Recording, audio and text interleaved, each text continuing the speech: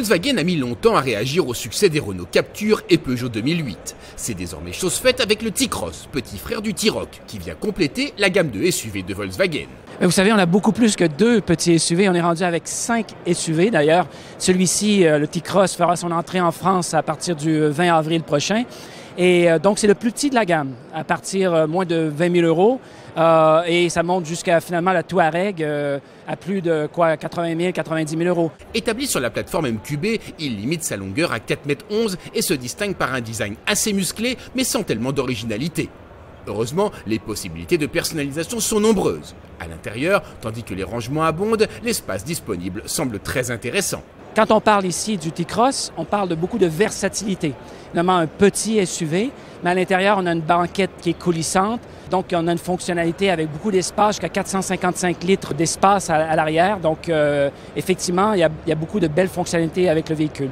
Les plastiques employés semblent bien durs, ce qui étonne de la part de Volkswagen. Mais le T-Cross dispose d'équipements technologiques avancés. D'ailleurs, c'est des premières dans ce segment de petits SUV où on arrive avec des aides à la conduite, comme par exemple le Lane Assist, le Park Assist, on parle de Front Assist, excusez mes anglicismes, mais tous des éléments qui font en sorte que la conduite est beaucoup plus sécuritaire. Détecteur des angles morts. Bref, une panoplie d'éléments qui rendent la conduite beaucoup plus agréable et beaucoup plus sécuritaire pour notre propriétaire Volkswagen. Et soit dit en passant, ce sont des technologies qui nous amènent à grands pas vers des véhicules autonomes. Sous le capot, on trouve 3 moteurs essence TSI ainsi qu'un diesel 1,6 litre TDI alliés à des boîtes manuelles ou robotisées DSG.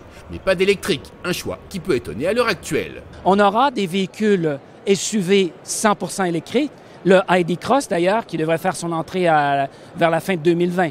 Donc, on veut toujours arriver à avoir différentes motorisations, différentes façons de mouvoir le véhicule, si vous voulez. Et sur ce véhicule, on a donc 3 motorisations essence, une motorisation diesel, puisque pour certaines des entreprises, des ventes entreprises, c'est toujours demandé. Mais en très grande majeure partie, à 90%, on parle de motorisation essence ici. Le T-Cross s'affiche à partir de 19 820 €, un tarif intéressant car l'équipement est déjà fourni.